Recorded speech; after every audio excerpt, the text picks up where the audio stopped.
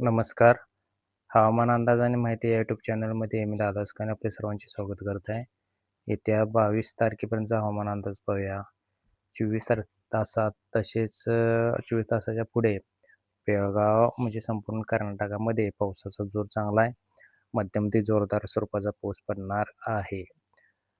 कर्नाटक राज्यात पावसाचा जोर 24 तासात चांगला म्हणताना दिसतोय. महाराष्ट्र राज्यामध्ये बघायला गेलं तर सिंधुदुर्ग पट्टा ते कोकण घाट परिसरामध्ये पावसाचा जोर चांगला आहे.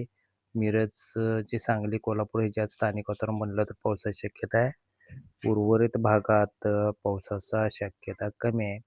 पण झालं तर ढगाळ हवामान परिस्थिती निर्माण होण्याची शक्यता 24 तासामध्ये जास्त दिसून येत आहे.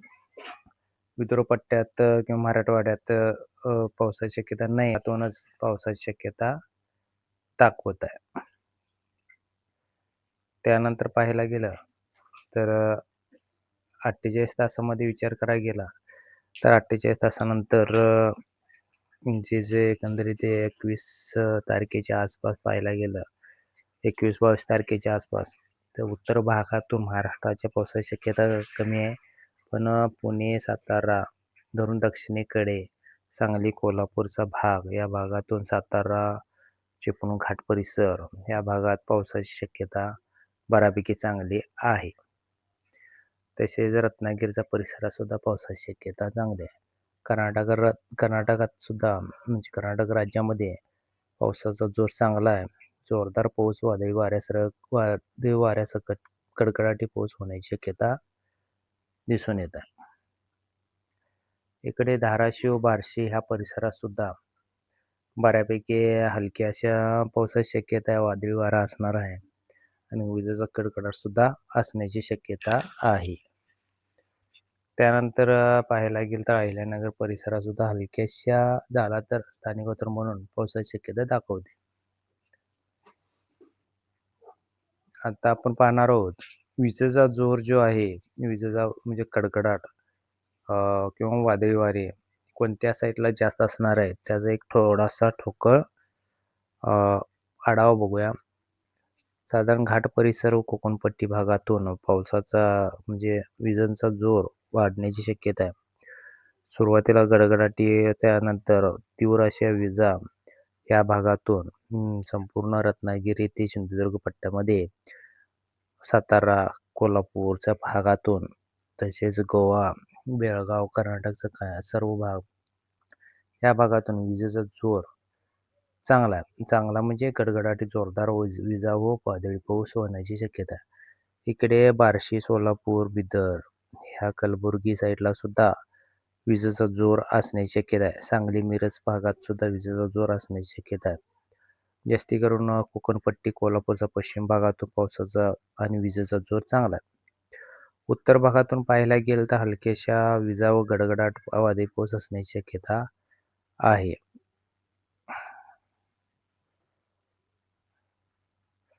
त्यानंतर पाहायला गेलं तर उत्तर भागातून सुद्धा 19-20 तारखेच्या आसपास नंदुरबार परिसर ह्या भागातून सुद्धा विजेचा जोर वाढण्याची शक्यता आहे.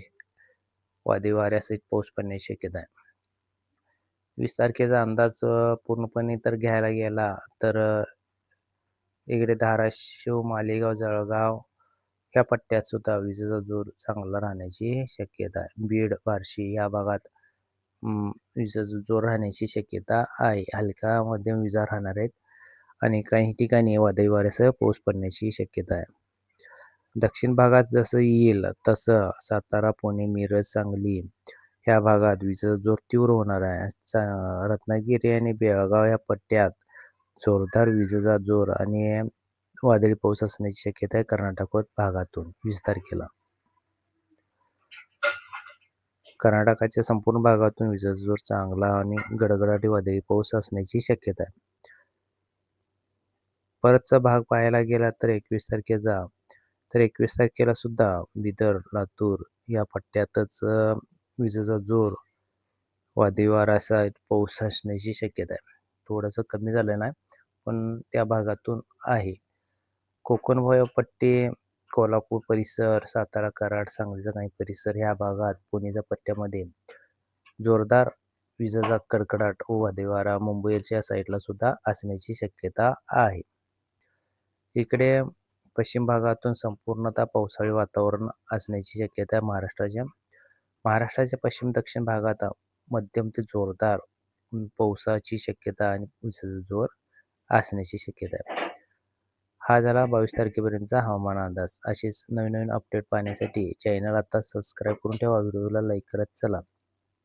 22 तारखेला जोर साधारण कमी झालेला दिसून येतोय. कर्नाटक भागातूनच हलकासा जोर राहण्याची शक्यता आहे आणि विजेचा जोर सुद्धा कर्नाटक भागातूनच राहण्याची शक्यता आहे.